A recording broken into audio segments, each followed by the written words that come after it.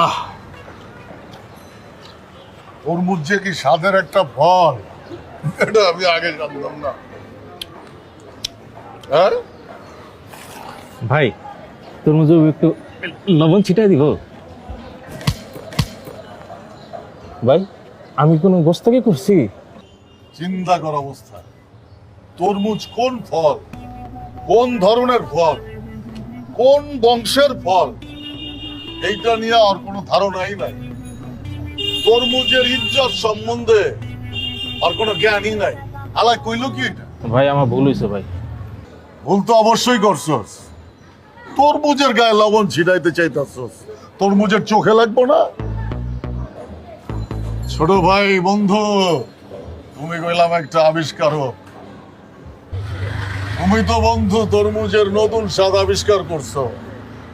তুমি না কইলে তো আমরা জানতামই না তরমুজের এত স্বাদ। তুমি তো তরমুজের নয়া যৌবন দিছো। তুমি তো যৌবনদাতা, তোমার তো কোনো তুলনাই হয় না বন্ধু। এখন যদি তুমি এই তরমুজে একটা কামড় দিতা, এই তরমুজ ভাই খুব খুশি হতো। ভাই আমরা কিন্তু একটা কাজ করতে পারি। উল্টা পাল্টা কিছু করলে কইলাম। ভাই আগে আমার কথাটা শুনেন, আমরা এই তরমুজ ভাই সন্ধানে এলাকায় একটা আইন চালু করতে পারি। এই তরমুজ ভাইকে শুধু শুধু কেউ তরমুজ বলে ডাকতে পারবে না। তরমুজ ভাইকে ডাকতে হলে তরমুজ ভাই বলেই ডাকতে হবে। দারুণ দারুণ কথা কইছস তো। তুই না একটা তরমুজ নাচ জানোস? হ্যাঁ জানি তো। এখন তুই আমার এই ছোট ভাই বন্ধুর সম্মানে সেই নাচটা নাইচা দেখা। ওই